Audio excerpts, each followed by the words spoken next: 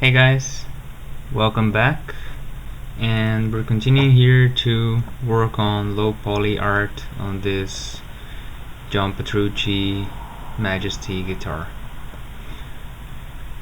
So what we did here on the last video was do all the contour, all the lines around the most important parts of the guitar.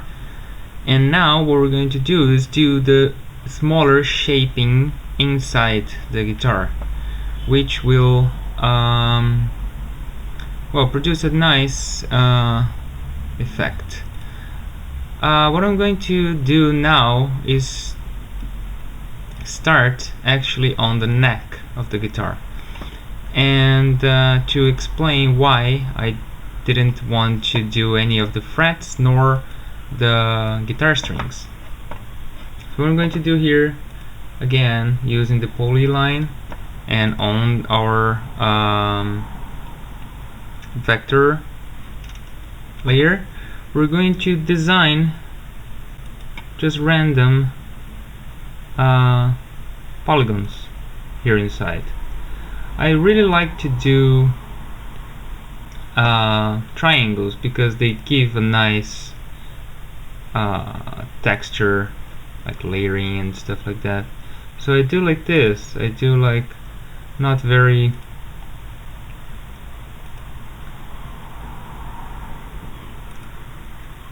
structured triangles or anything, just to give a nice structure here.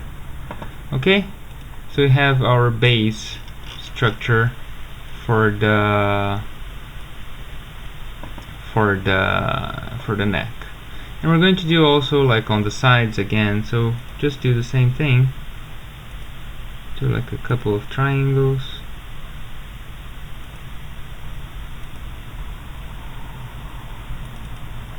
Okay, and here also, because here we don't need much differentiation, right? So it's just to have different colors on it. Okay, so this part, which because it's really dark, I just leave it as a one piece, and we're going to do that in all of the areas here of the guitar. So for example, here is a very straight and homogeneous part of the guitar, so I'm not going to do many shapes. Just going to do like this. See, it's just to give a perspective, color scheme, to integrate the areas here. Okay, let's go here.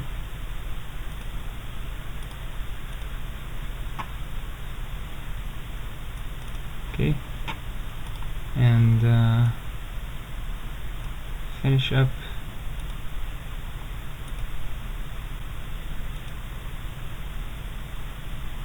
So try not to leave any gaps, and we'll be golden.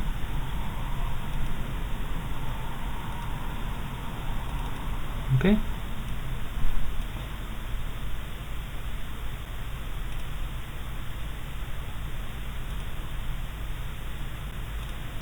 so yeah, this is a very, well, I said that I didn't like to say that it was boring, but it sort of is,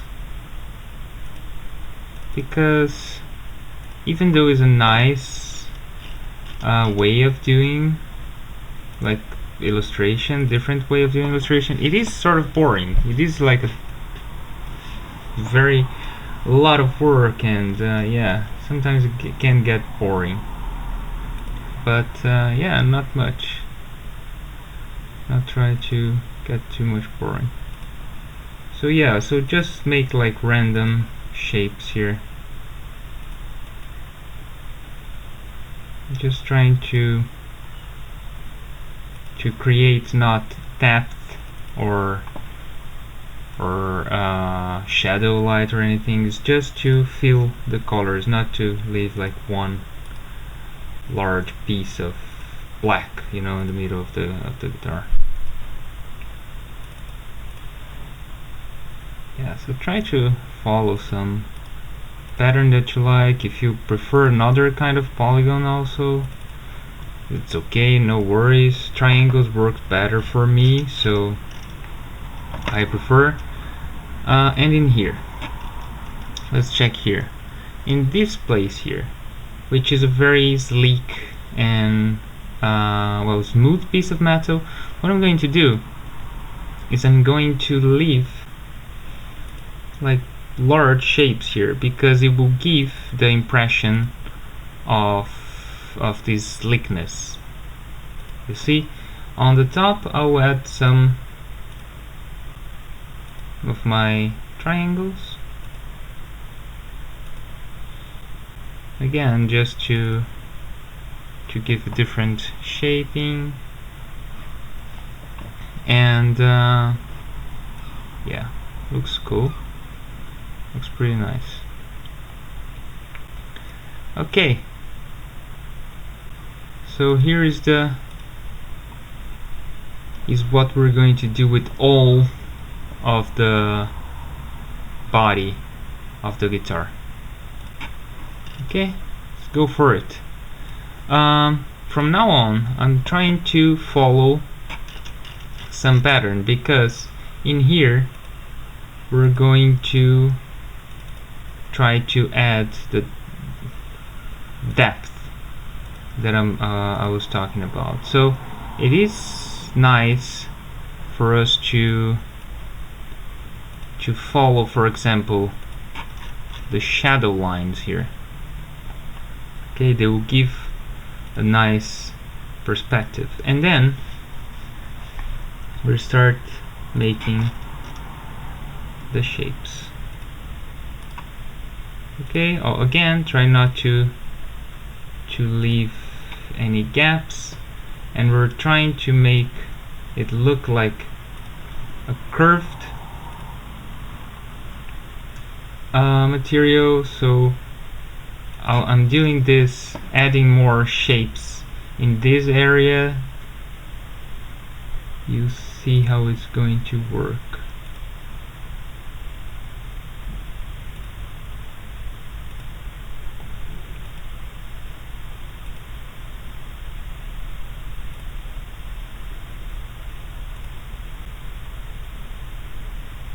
Okay, so this is the first shaping of the body of the guitar. You see that it creates this kind of three-dimensionality on the guitar, right? So this is pretty cool. Here we don't need to create the three-dimensionality. We can just add different coloring. I mean, you see, when you start to moving into the curve, it's nice to add more layers. See?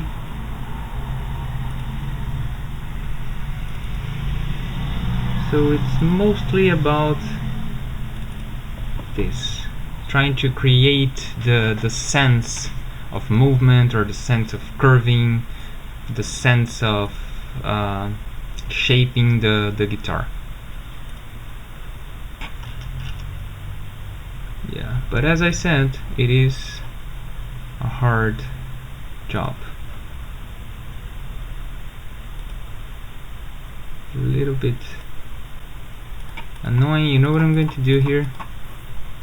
Because I know what this part of the guitar I want to look like, I'm going to do without the image, the illustration. So I know how I want it to look.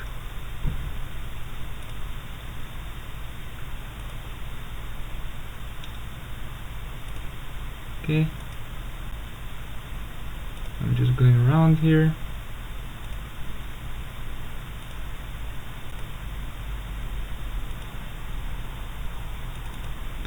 Okay, looks cool. And it is pretty easy. The only thing you have to remember is that while it looks like randomly positioned, it is not, because you have to think of the dimensions of the guitar. So you have to think, for instance, that the guitar is curved in some areas, and that sometimes you have to look at this. You will follow this this curving of the guitar, you know. Of course, as I said, you don't have to follow it perfectly, but is a direction, is a way to even facilitate our work after. You see this part here?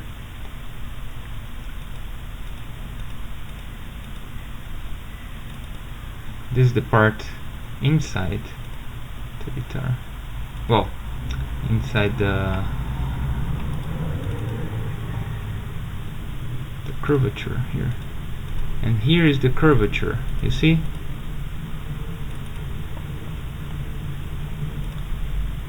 And here there's a lot of light. So we want to grab this light part, and will give us the sorry about the noise. It'll give us the perception of this part being glowed and the other part has shadow on it. You know? Because even using the straight lines, which is the thing about poly art, low poly art,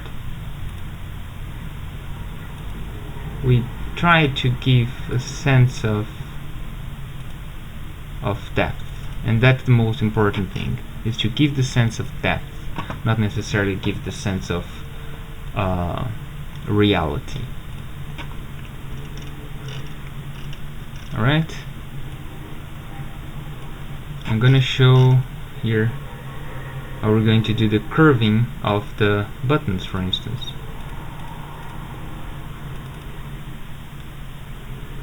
You see, you just follow the glowing.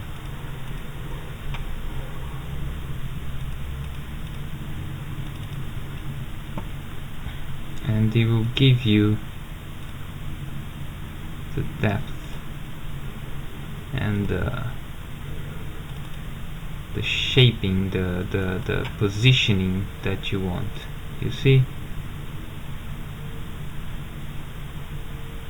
Here.